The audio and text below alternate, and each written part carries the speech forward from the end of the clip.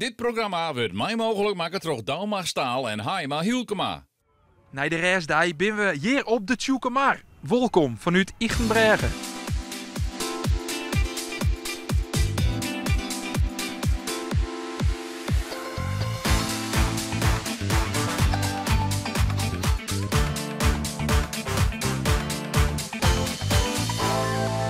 Welkom bij het IFKS-journaal. Het tweede pad van de week is begonnen. Nog 3 wedstrijden en dan weten we waar de kampioen binnen in de verschillende klassen. Zoals in de A-klasse, hier efter mij. We zorgen in dit journaal vanzelfs weer hoe de wedstrijd Joet op de Tjoekemar verrint. En hoe die Tjoekemar sprutsen. Er is een scootje in de B-klasse dat dit het thuiswetter nemen mij. Ze binnen uit Eindzet. Maar een scootje uit namen van 3 dwarpen. Dat verhaal vertellen we in dit IFKS-journaal. En dit Tjoekemar, deze mar, die willen ze vaker inzetten in het IFKS-kampioenschap. Daarover, ek meer, hier in het IFKS-journaal.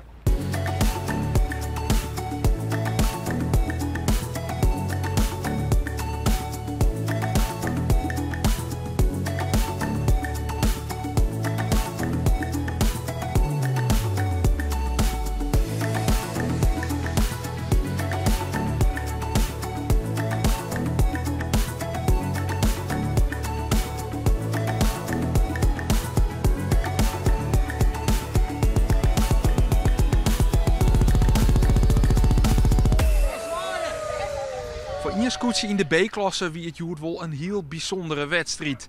Het scootje van de 3 dwarpen, dat komt namelijk van Ichtenbregen, van Dolsterhuizen en van Ichten. En liet dat nou krijgt de plakken wijzen waar we joert zielen op de Tjoekemar. Jouke Annema, docent in de stichting van het scootje. Het is voor het eerst dat je hem als 3 dwarpen een scootje ha. Waarom woon je hem dat eigenlijk? Nou ja, het is een bijzonder feit dat je hier een prachtig wetter hebt, het grootste binnenwetter van Friesland. En dat hier nog nooit een scootje is geweest, terwijl dat hier al jarenlang scootjesielen is. Het grootste wetter, ja, dan is toch een 1 en 1 is 2. We hebben dit skip gekocht, het is net het eerste de beste skip. En dat toont ik wel uw ambitie om mooi mee te kunnen doen in ijs richting de A-klasse. Dat zou het mooiste wezen. Ja, dat binnen ambities? Dat binnen zeker de ambities. We hebben hier een beetje pergong. Dus het is, we hebben de focus ik lijn op takomeren. Maar dat is wel de ambitie en het skip kent, de skipper kent. Dus nu moeten wij als bemanning en als teamlid en dat wat ik kennen. Henk Rechts, dat is natuurlijk een ervaren rot in de IFKS. Al een heel soort meemaken. Nou skipper van de 3 dwarpen. Ichten, Ichtenbregen, Dolsterhuizen. Wat haast eigenlijk maar die dwarpen? Nou, eigenlijk helemaal niks. Oh, hoe komt dat dan zo? Nou ja, wij zielen dus bij mijn oorskipje en die vregen wordt net onder de vlag van Ichtenbregen. En de oren warm zielen. En toen, dat kwam oors uit. Dat skip dat werd op een andere manier verkocht. En toen stopte ik met dat skip. En toen zei wordt net bij u skipper geworden. Dus, en zei dat gebeurt. En het is een mooie club, fanatiek en serieus. Dus daar hou ik wel van. Wat verneem je hem, nootje hem een scootje halen? Libbert het wat in de 3 dwarpen?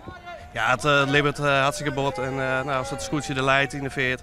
Ja, meesten die zitten ook altijd in het scherm, we hebben een bordje bij staan. Nou, dan, het is altijd wel een mooi trekpleister in het dorp. Hoe wie dat dan joert op Jim Wetter, een thuiswedstrijd zielen voor het eigen publiek, wie dat speciaal? Nou, dat wie wel schitterend om de Del te gaan. En ik de support hier op de boordjes, het applaus, de meesten die dan sjurgen. En dat is gewoon een machtig gevoel. Prachtige waarde bij, dus dat, het kan haast naar beter. We sprutsen krijg maar Jouke, bestuurslid, die had het al hoe de grote A. Wat vies je daar als skipper van? Ja, dat ben we hun droom, hè? Ja. Maar dan moet ze eerst wekker worden, want dat gaat zomaar net.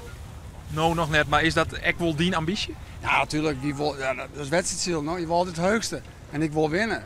Wat is nou je doel? Want ook naar het klassement in die B-klasse, je maakt er nog wel van vrotten. Ja, wij moeten erom denken dat we wel in de B bloeien.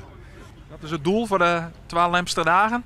Ja, mijn doel was. Die jongens die willen graag naar de A. Maar dat is maar even een droom, maar dat wordt het net. In de B bleven dus de komende dagen en dan hoor je hier weer een stapje meidje. Dat is het doel wat. Stapje voor stapje. Hè? En dan komt het weer goed. In de B-klasse helle het scootje van Henk Rechts en de traaien dwapen uiteindelijk joert een joggende plak.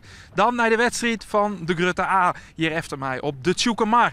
Een wedstrijd die het wordt haast een gewoonte. Begon met een valske start, een algehele valske start. Daarna voor de tweede keer weer wol een goede start. Maar zeggen we voortdurend wel problemen bij de start van 2 scootjes. Geld. Dat winnen de scootjes van vrouwtje Oorzinga-Meijer, de jonge Jasper en Klaas Cuperus met de Eeltje Baas. Wat wie er nog aan? Wat zou je zeggen, de Eeltje Baas met Klaas Cuperus vanzelf, want die hier weinig wien. En daar komt de redbad aan en die is een siegentje en die zei van omheug. Maar ja, dat kon hun eigenlijk misschien wel net trots geen win hier. Ja, en toen tekten ze even elkaar aan. Nou ja, en die redbad die had een grote wapenmacht erop dat hij die grote rode vlag had. Nou ja, en de Empire die stiet er ook bij, dus ja, maak hem die moest voor draaien. Nou ja, en vrouwtje Oorzinga die bezocht even Stuber achter het hele velddel te gaan. Maar ja, toen bleek direct het zwarte wier en alles wat bij te zitten. En toen draaiden die Biegel ik correct let. En dat zei de Empire ook. En die zei van ja, hier maak ik een rondje doen. We zeggen bij de Boppers tonnen dat de sterke jerken er het beste uitkwam. Die kwamen er als eerste omheen. Maar de omstandigheden maken eens dat het lang nog net wist wie dat ze samen naar de oewinningszielen koerden. Want wat gebeurde er? Nee, ze kwamen uit de stad waar je onderuit de pin waar je kwam ze eigenlijk het best uit. En ik hun slagen een meidje. En toen in het tweede rek werd hem heug. Ja, wat baden daar? De wien uit diezelfde hoeken werd uit de stad ik heen ging de helemaal voort. Wie op, maar wij wie er net op, overal weer erop. Maar bij hun wel heel lang. En dat kost ook wel jaren een reactie van hun. Maar ze hadden gewoon toch rustig afwachten. En misschien ik wel een wat naar de wolken te zien. Want die wien die Sheldon greep op een gegeven moment weer komen. En dat kwam er dus ik. En ze bent er net dom in omgegaan te trot de wien. En werd trot de wien en werd trot de wien. Want uiteindelijk had de eerste maat denk ik 2-3 keer te volle draaid in de wien. Daardoor die hun tweede plakje verschieten hebben. Ha hun dat net in gewoon rustig afwachten. Of rustig. Ik denk net dat het van binnen rustig is. Maar ze had wel afwachten en dat pakte voor haar dus dusdanig zo goed uit dat ze hun eerste plak behouden kon. En toen kwam misschien van hun op een verrassing, ik nog wel een beetje die finish in erin. En dat pakte voor dus de sterke jerken heel best uit. Want zij behellen haar eerste oefening in de Grutte A-klasse en dat in haar debuut hier in deze klasse. Ze bent van de C-klasse, in 1 keer promoveerd, kampioen worden, naar de B-klasse gong, der kampioen worden en nou in het debuut hier dus in de A-klasse voor ten dadelijks een die-oefening. De eerste overwinning in de Grutte A-klasse, is dat voor een scootjeskipper een soort van dream die het uitkomt? Ja, wel een beetje ja, absoluut. Ja, dat hebben we heel groot gehad met z'n allen. Helemaal te gek. Uit te schroeven. Ja, wat voor gevoel heeft dan als dat Scott klinkt op de finish en dan? Nou, het was natuurlijk wel een belangrijke wedstrijd, want het weer een hele skifterige wien.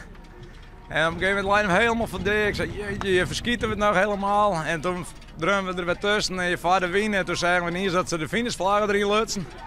Nou, dan zijn we wel heel blij, want we hebben dus nog wel.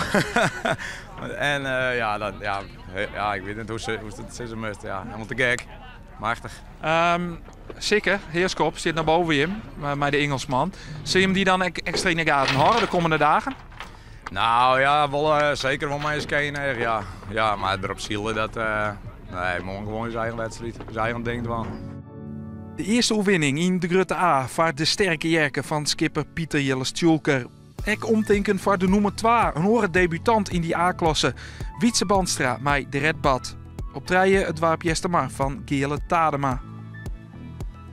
Onderin sjuggen we routiniers waarom. Jeroen de Vos, Sietse Broersma, Ulbezwager, Tony Brundel en Hartman Witteveen. Zij eindigen hier alle jaar in het rechterrichtje.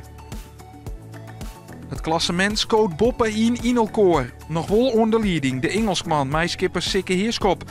Maar door zijn overwinning komt Pieter Jelle-Stjulker met de sterke jerken ont een punt van Sikke Heerskop. Op treien Wietse Bandstra met de redbad. De onderste treien uit de Grutte A-klasse degradeerje. En dus binnen de degradageswagen voor de Waakstom, de Raderoek en de Grietje Obus. De Frunskip die liep het al op wij naar de B-klasse. Tjoekemar is vanzelfs een Grutmar, maar Tineke Beek, kunnen we nou het mooiste het scootjesiel hier bezien? Nou, dat is waar wij nou precies binnen. Dat is bij het gemaal in Ichten. En het Tjoekemar laat je prachtig varus. En wij binnen hartstikke blij dat we van die coronagalven nou binnen en dat we nou weer echte Tjoekemar-galven hebben hier. En natuurlijk zijn we hartstikke trots, want we gaan een eigen scootje te traidwarpen. En die zielt Joert hier hun eerste IFKS-wedstrijd. Nou, leven we even zien. Ja. En Age Bandstra, Vrije Vreesna, ik over de lijn. Het Tjoekemar is altijd in een wedstrijd, maar Tineke, ja, je hebt het er al jaren hoe je wil eigenlijk 2 wedstrijden. Hoe zit dat nou correct? Ja, een mooie vraag. Ik ben natuurlijk super blij dat wij voor de wijntjes aanmerkt binnen als rustdag. Maar wij hebben wel wat geloeren van skippers jet, dat ze ik wel zeggen van, nou laten we die wijntjes ik gewoon pakken als zieldag. En dan schrappen we de rustdag, we doen dit 1 keer in het jaar en we willen ze volle mogelijk dagen zielen. Wij snappen ik dat de meningen daar bij de skippers verdeeld binnen. Maar als commissie, ja, wij juichen er natuurlijk daar op het moment dat we zeggen van we pakken er nog een echte zieldag bij hier op de wijntjes. Dus ja, ben benieuwd aan door. Ik hoop oor hier een oorantwoord te ja, we staat zien. Ja, waarom is dit dan zo mooi en geschikt wetter om de 2 wedstrijden op te zielen? Nou, wat wij van de skippers jaren is dat ze hier gewoon heel graag zielen maaien. We hebben hier altijd, wel altijd wien en net te volle wien. Zoals ze op oren plakken en soms te volle wien gaat het wel eens net terug. En ja, eigenlijk kan elke wedstrijd heel eens een beetje terug in. Bal wat er geen wien is, dan houdt het op. Dat kist in ieder geval wel goed verkeerpje. Ben je daar wat gevoelig voor bij de IFKS? Ja, nou, we zat merken. Ik hoop het. Ja, wij doen ons best. En elke keer jitten wij de scootjes ik welkom mij wat Berenburg. En wij zijn super gerust dat het hier op het maar dat we de IFKS hier hebben. Dus waar wit. Ja, dit ben ze dus, in die beruchte Tjoekemar goal van Westerkerk door Hiest. Ja, dit ben ze. Ja. Ja, de broers van de kop, hè. Hey ja, het zit goed, zit de vriezen niet meer goed. Hey ja, het zit goed, zit de niet meer goed. Want Safir de Tjoekemar en de 5e dag van het IFKS-kampioenschap. Morgen hier vanuit de Lemmer. En ze staan er gewoon nader te ontknoping. Het wordt spannend. Graag onmorgen.